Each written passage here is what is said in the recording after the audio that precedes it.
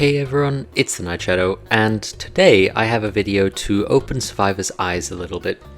Now, you might hear that and be like, oh god, here's another killer main going on and on about those damn survivors. So let me just say, I actually play more survivor than killer, first of all. If you take actual, statistical numbers, I play more survivor than killer.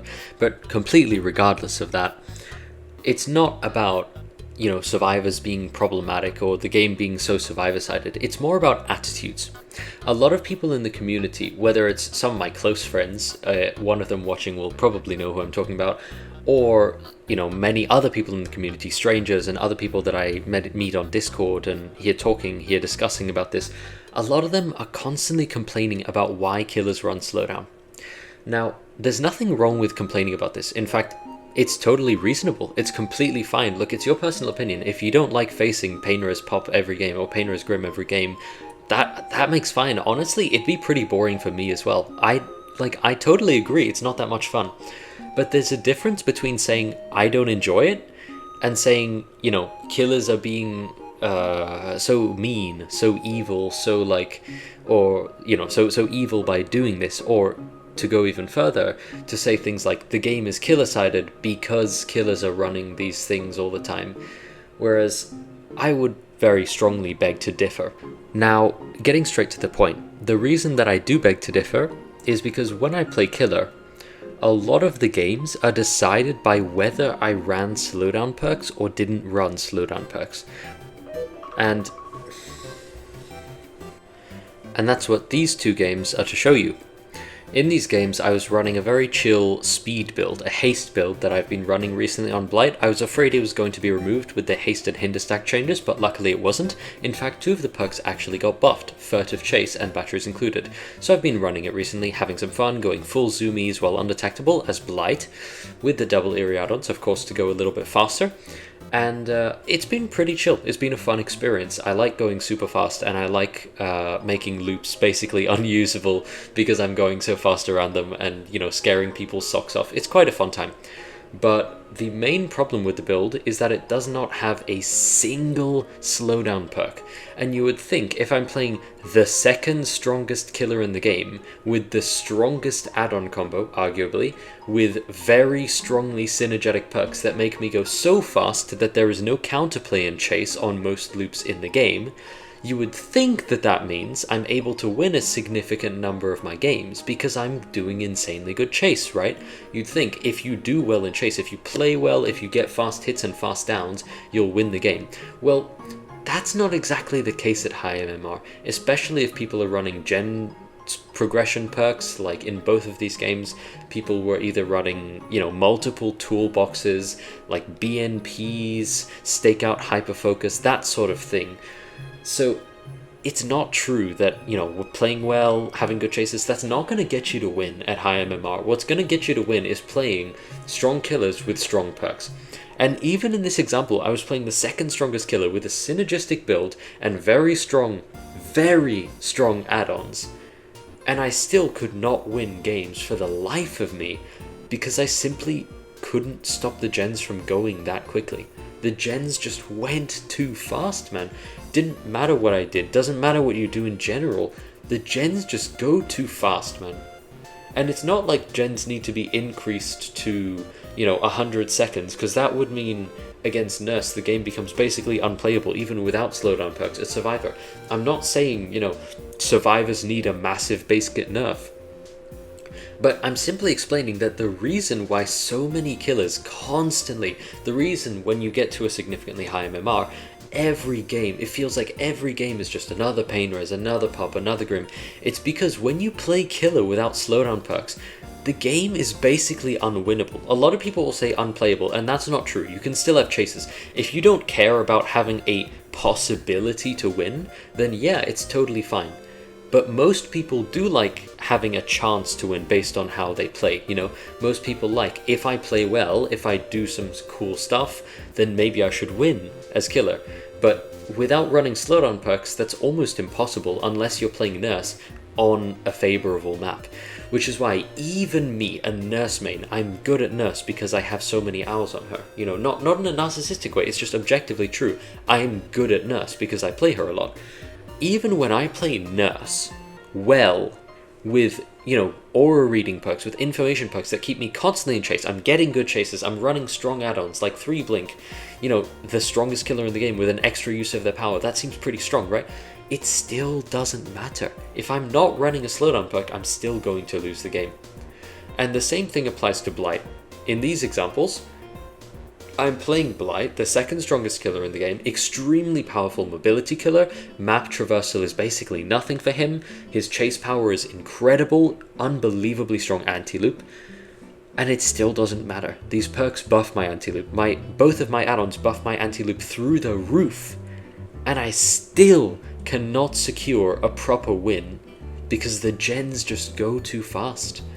And I'm not running slowdown perks, so no matter how well I play, no matter how efficiently I do things, unless I'm willing to play full slug blight for the entire match, which I'm not willing to do because it's first of all not guaranteed, and also really not that much fun for either side, plus I get less blood points, I'm not able to win, even on such a strong killer.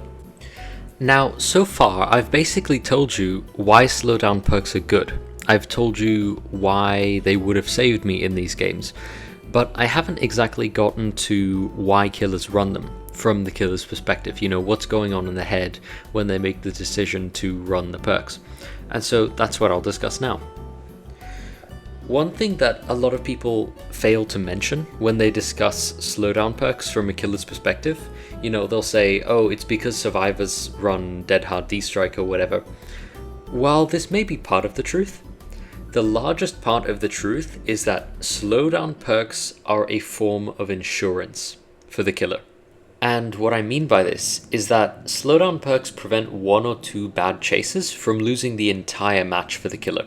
For example, let's say I'm playing Freddy. He has a little bit of anti-loop, maybe a bit of map pressure, pretty decent power overall. If I have my first chase and it lasts maybe a minute 20, a minute 40, maybe almost 2 minutes at the beginning of the game before I get my first down, and the survivors are able to pop 1, 2, maybe 3, maybe even 3 generators, I'm already on my back foot. I'm in a bad position. I'm in a losing position. But if I have some slowdown perks, especially some useful, strong slowdown perks, like, Pain Res, Grim, etc., if I have those perks, I am able to make a comeback. I'm able to not have to worry about getting a perfect chase, a perfect early game, to have even a chance of winning. If I run these perks, I have a bit more of an opportunity. I get a hook, I can get a little bit of slowdown, make up for 20-30 seconds. That allows me to commit to a chase with the survivor, and I can continue getting downs, and that lets me play a little bit more relaxed. It means I don't have to turbo tunnel someone out at the beginning of the game, or run Nurse, Blight, Billy, Spirit, like everyone's complaining that everyone's running these days. And so yeah, slowdown acts like a safety net. It will make you win or draw some matches that would have otherwise been losses, but for the chill matches, it won't really affect them, from the killer's point of view at least. Thus, from a killer's perspective, by simple game theory, it just makes sense to run slowdown perks. It will help you in a bad situation, and it won't hurt you in a good situation. Another point that I've heard brought up is that not every survivor team is sweaty. There are solo queue teams. Yes, there are Swifts that run full meta and everything, but there are also solo queue teams who don't run any meta, who are playing chill, who, just goof around, maybe try and get some saves. Sometimes they're not even playing the game, they're just doing like chests and totems and just random shit around the map. There are non-sweaty survivors. But if we want to understand why killers are running slowdown every day, we should look from a killer's perspective, not from the survivor's perspective. From the killer's perspective, there is no way to tell how the survivors are going to play while you're picking your perks and add-ons. And so, even though yes, you can adapt your playstyle during the game, like, for example, not tunneling someone out, and I do that, and I'm sure other people do that, but today we're talking about slowdown perks. You equip that before the game, and there is no way to tell if the survivors will be good enough that you need slowdown perks during the game. So, because the killer has no way to tell how the survivors will play, they're very likely to pick the strongest stuff just in case. And as I already mentioned, they don't get punished for bringing the strong stuff if the survivor team isn't that strong. I mean, I don't think they should be punished for that, like if the survivors bring something non-sweaty, it shouldn't be like a rock, paper, scissors game, right? However, objectively speaking, right now, not having any way to tell how the survivors will play, and it's difficult to change this really, makes the killer likely to opt for meta, that is slowdown perks, pain res, pop, whatever, because they don't know how the game will go, and they want to have some sort of agency, they want to have control, they want to have a say in how the match goes depending on how they play. Actually, this wanting to have agency is, at least in my experience, part of the reason that so many survivors bring very strong things, styptics and second chance perks. These things make you feel, they make you more likely to be able to feel like you're making a difference in the game.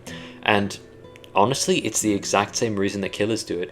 If every single match we were confined to have no perks, no matter how the game turned out, whether it was survivor-sided or killer-sided, the maps, whatever, objectively, it would be each individual person would probably be less likely to feel like they're doing something interesting and different and unique and game-changing.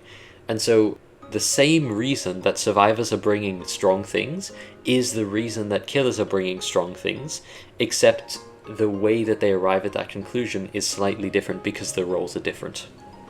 A message that I want people who almost exclusively or exclusively play Survivor to take away from this video is, it's not your fault at all, but every match you win when a killer doesn't run slowdown, and every match that you lose when a killer does run slowdown, it's further reason for a killer to run slowdown every match. It is proof to both you and to the killer. Proof that it makes sense to run slowdown, that is.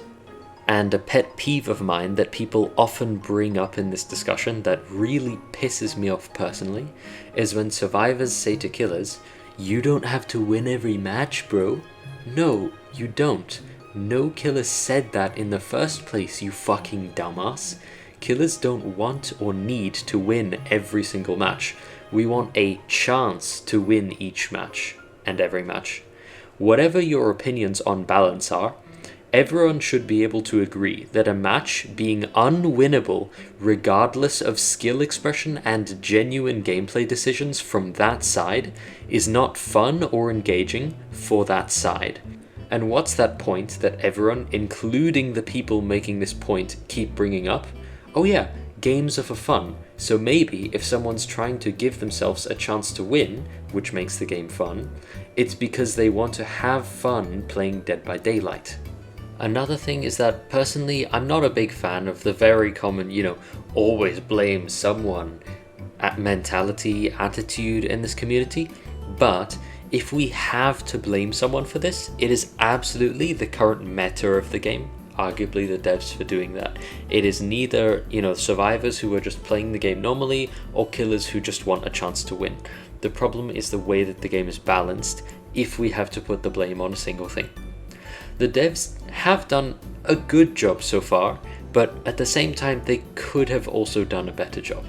It was possible. Remember, don't hate the player, hate the game. At the end of the day, we're all pretty similar if you think about it. I mean, we're all tired motherfuckers taking a break from school or work, maybe over summer break, just trying to relax a bit. So let's try and be a little bit more understanding of each other, nicer, shall we? Finishing up with a little bit more analysis of this second Blight game, it was fairly similar to the first. I did pretty okay chase. Yes, I will admit there were some moments where I made misplays, where I did the wrong thing. I rushed into a random wall like what is bro doing? But at the end of the day, I think I played decently well on a very strong killer with very strong add-ons, and I simply lost because I didn't have slowdown perks. If you watch the game, I'm getting pretty consistent downs. I'm getting fast downs. They're not super turbo fast, but they're decently quick downs. I'm getting multiple downs. I didn't just get one for the first 2-3 minutes. I got multiple downs, got them consistently. I got some nice hits with the speed build. I got some pretty good value from my haste perks and definitely good value from my add-ons. Hit some nice flicks even, a little bit got rushed into walls because of the new collision, but overall I played pretty okayly. But in the end, the gens just flew by, man. Even while I was getting hooks, even while I was getting pressure from people needing to save, the gens were still getting done. They didn't even pop within like a 2-minute span, they popped pretty gradually, but I simply could not keep up with the gens without either having slowdown perks or tunneling someone out of the game. And I didn't choose to tunnel someone out, and I didn't equip slowdown perks, so it resulted in a loss. Anyway, I hope I was able to provide some of you a bit of insight into what's going on in the heads of killers when they're picking these builds. I hope I made you guys a little bit less mad about facing the same perks over and over. And again, I think I've already said this, but it's totally fine to not enjoy this. It's totally normal. I mean, you don't have to enjoy that people are using these things, but there's a difference between not enjoying facing them, which is totally fair, and blaming killers and, you know, getting super upset at killers for running them consistently. Because even if you play Survivor, you've still probably had some games where, you know, a low tier killer, or even maybe sometimes even a high tier killer loads in, they play okayly well, and you just absolutely wipe the floor with them. Because you're running average or strong stuff, they're running weak stuff, you get a good map, and the gens just fly at Mach fucking 1. I'm sure everyone's experienced it if you have, you know, a few hundred, perhaps a few thousand hours in the game, and I hope I was able to open your eyes a bit. That's all for me today, boys. See you next time.